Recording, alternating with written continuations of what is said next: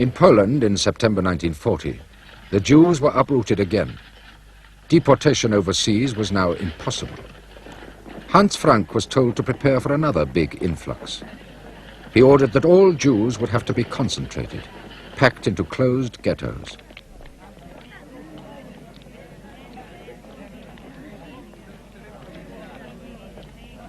In each Polish city, a dilapidated area was turned into a Jewish compound. Frank protested to Hitler that this could only be a transitional measure. He had no more room. There must be a final solution of the Jewish problem based on the expectation that they must disappear. Walling off even 1 square mile of a city like Warsaw was not easy. Tram routes, for instance, could not be diverted. They continued to run through the middle of the ghetto, with a bridge built over for the Jews to cross by.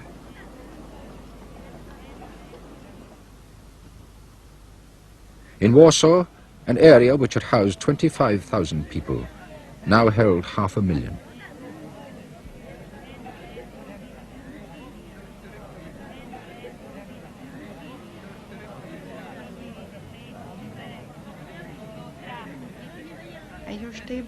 There were only 2 water pits in the ghetto.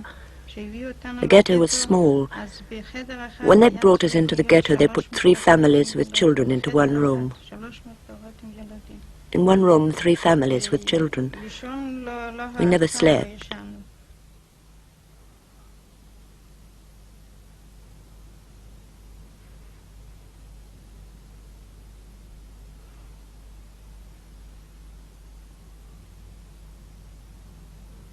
When Frank took over in Poland, he had ordered the Jews to elect their own councils. Jewish community leaders hoped that by serving on the councils they might mitigate the worst effects of German rule.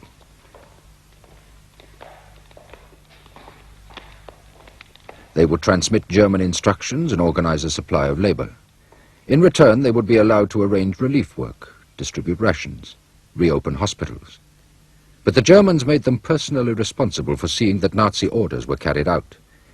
Well-intentioned men found themselves trapped. They had become the authority running the ghetto on behalf of the Nazis.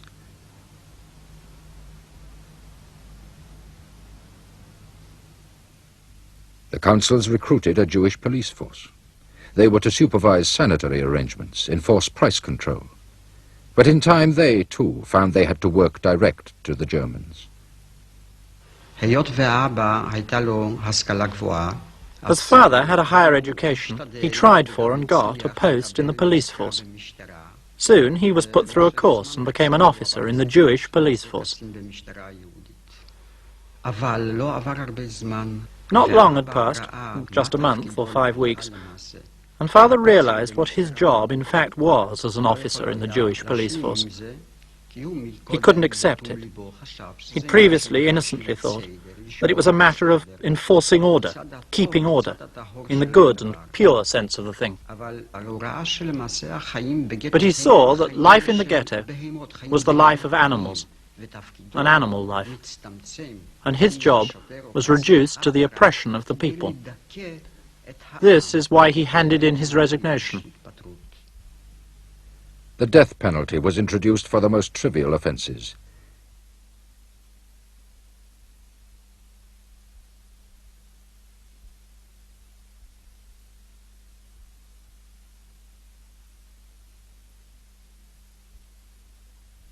Anyone found outside the walls of the ghetto was hanged, while the rest were paraded to watch.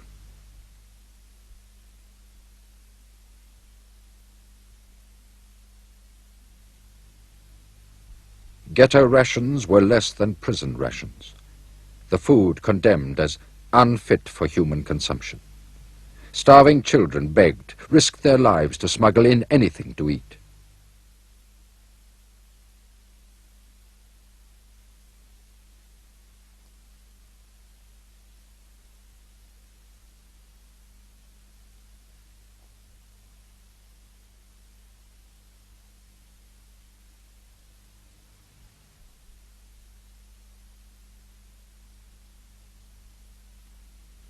It says something about the mentality of the Nazis that they filmed the life of the ghettos in such detail, partly for the record, mostly for propaganda, to kill sympathy for the Jews.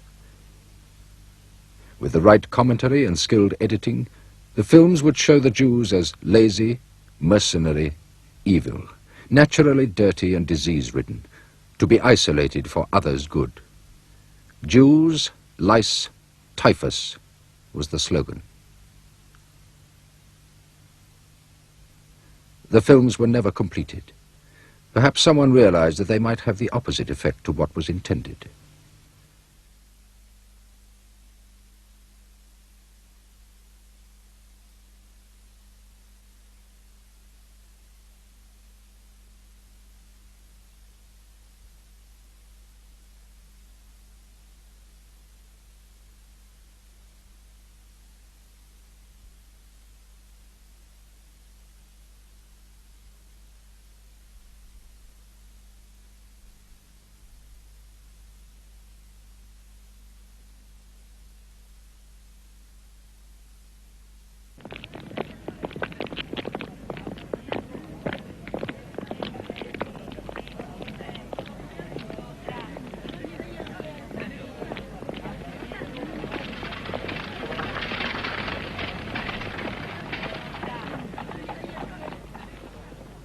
After 1 year, 1 person in 10 in the ghettos was dead of disease and starvation.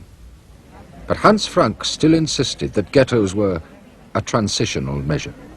He still demanded a final solution. The Jews must disappear.